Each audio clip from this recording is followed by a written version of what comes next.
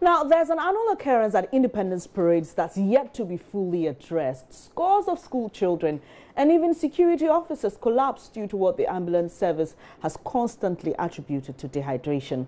The anticipation to be part of the parade soon waits when their limbs become too weak to carry on.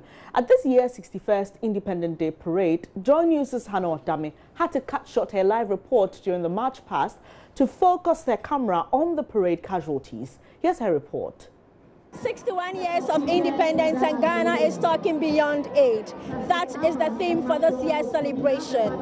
Amidst the march past, ongoing behind me, the taekwondo, the speeches, they are all reminders. Oh, one just fell. Woo! You can just see one just fell here. And as you can see, most of them keep falling. Immediately they finish their march as a sign of accomplishment. They just fall. Immediately they get to the edge of the stairs. And the fire service, the police, the ambulance service, they are all here to lend them a helping hand, to give them the immediate first aid they need to ensure that they are properly taken care of. As the personnel kept running and moving about to care for those who are falling, I checked on those who are being taken care of. So as you can see, this is a combined effort of the Ghana Red Cross, the ambulance service, the police service, and the fire service to ensure that all these people who fell are given the best of attention and care before they leave this place to their various homes. Some of them are getting better, while some of them, their sick conditions, they will have to be taken care of extra. You can see that additional first aid is being given to these particular students because I am not a health expert, but you can see that they are really breathing very hard. Their sugar levels are being taken because she needs extra oxygen. The oxygen mask has been put on her.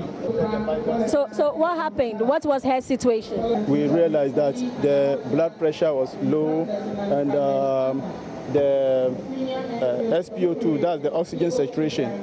So we put her on oxygen for a while.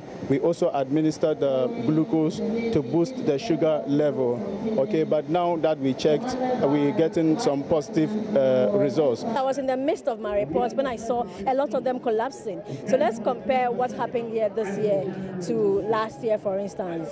What was the response? What was the level last year? Yeah, last year we were faced with more tax than this year. So as he's telling us what's going on, we have just seen that one of the officers from the fire service has just collapsed, and so we'll quickly go there and take that information. Now, even the strong and trained security personnel could not stand the heat. So we come back to our interview, in that this will continue year in and year out. They will come, stand under the sun and ensure that they march past and all of that. What differently can be done to prevent the levels, the numbers that collapse every year?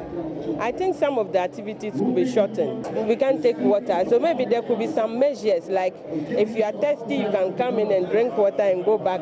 Because as the weather change, climate change, so we have to modify our activities at the square. That way we will all be able to help each other. If not, then we have to start the program very early, probably by 7 o'clock. So by 11 o'clock we are done. From the Independence Square in Accra, my name is Hannah Odame for JoyNews. Interesting suggestions from the lady at the records to be considered.